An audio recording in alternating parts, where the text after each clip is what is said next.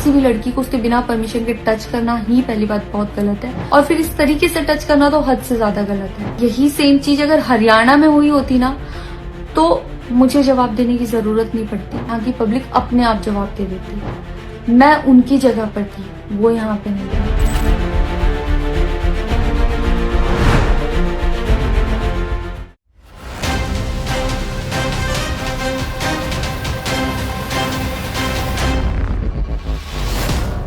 Bhojpuri cinema के मशहूर अभिनेता और सिंगर पवन सिंह एक बार फिर विवादों के घेरे में हैं। इस बार उनके साथ हरियाणवी सिंगर और डांसर अंजलि राघव के साथ हुए एक घटनाक्रम ने तूल पकड़ा है, जिसके बाद अंजलि ने भोजपुरी इंडस्ट्री को अलविदा कहने का फैसला किया है। मिला है कि मैं भोजपुरी इंडस्ट्री में अब काम नहीं करूंगी, पर ये भोजपुरी में काम करने के मेरे साइड इफेक्ट थे जो मेरे साथ हुए।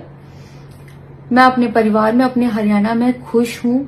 मुझे नहीं करना काम भोजपुरी में, पर आप लोग मुझे जरूर बताना कि इस सिचुएशन में अगर आप होते और आप वहां पर होते तो आप उस टाइम पर क्या करते और मेरी गलती कहाँ है। दरअसल पवन सिंह और अंजलि राघव हाल ही में भोजपुरी म्यूजिक वीडियो सैया सेवा करे के प्रमोशन के लिए लखनऊ में एक इवेंट में शामिल हुए थे। इस दौरान स्टेज पर अंजलि राघव दर्शकों को संबोधित कर रही थी, तभी पवन सिंह ने उनकी कमर को बार बार छुआ, असहज करने वाला व्यवहार किया।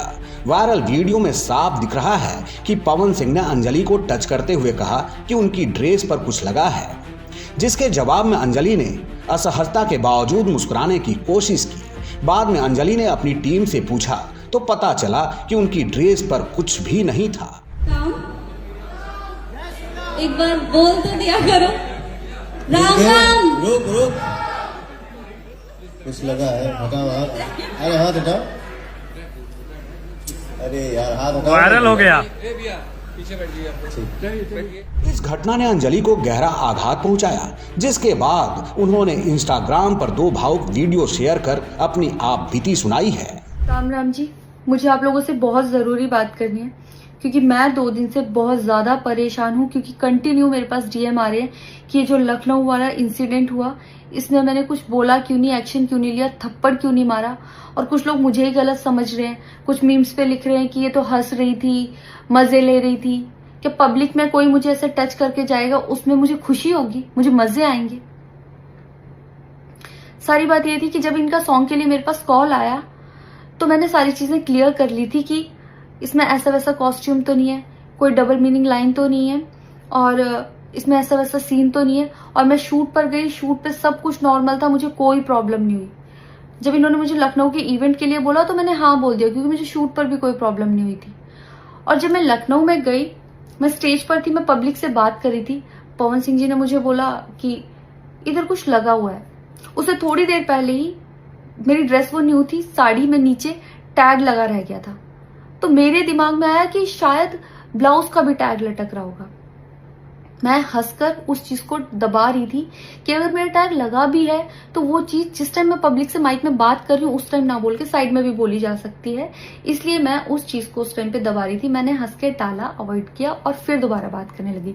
वो बोले नहीं कुछ लगा है, नहीं कुछ लगा है, तो मैंने कहा नहीं लगा। वो बोले लगा हुआ है, तो मुझे लगा कि शायद ये तो मेरे को लग रहा था कि कुछ लगा है इसलिए ये बोल रहे हैं। और पर फिर भी मैंने हंस के वहां पे टाला, पब्लिक से अपनी बात कंप्लीट की। कंप्लीट करने के बाद जब मैं अपने टीम मेंबर से मैंने पूछा साइड में जाके कि कुछ लगा है, क्या लगा है, उन्होंने बोला कुछ भी नहीं लगा था। जब मैंने देखा मेरे सच में कुछ नहीं लगा था, तब मुझे बहुत ज्यादा बुरा लगा, गुस्सा आया और रोना भी आया। लेकिन मुझे ये नहीं समझ आया कि मैं अब क्या करूं यहाँ पर, क्योंकि जहां मैं गई थी लखनऊ में, पवन सिंह जी खुद भी वहीं के रहने वाले हैं, उसी जगह पर इवेंट था। जितना वो क्राउड था वो सारा उनका फैन बेस था। उनको भगवान बोल रहे थे और भक्त बोल बोल के उनके पैरों में गिर रहे थे। वो उनका फैन बेस था, क्राउड था। तो मुझे समझ नहीं आया कि मैं क्या करूं। अगर मैं कुछ भी बोलती तो क्या वो लोग मुझे सपोर्ट करते। मेरे साथ कुल 3-4 बंदे यहाँ से गए थे, तो वहां जितना क्राउड था क्या वो लोग मेरा साथ देता। अंजलि राघव ने स्पष्ट कर दिया है कि वह अब हरियाणवी इंडस्ट्री और अन्य क्षेत्रीय प्रोजेक्ट्स पर ध्यान देंगी। उनके इस फैसले को उनके फैंस और हरियाणवी इंडस्ट्री के कलाकारों का पूरा समर्थन मिल रहा है। दूसरी ओर इस मामले में पवन सिंह की मुश्किलें बढ़ती दिख रही हैं। सोशल मीडिया पर उनके बायकॉट की मांग तेज हो रही है और यह देखना बाकी है कि भोजपुरी इंडस्ट्री इस घटना से क्या सबक लेती है।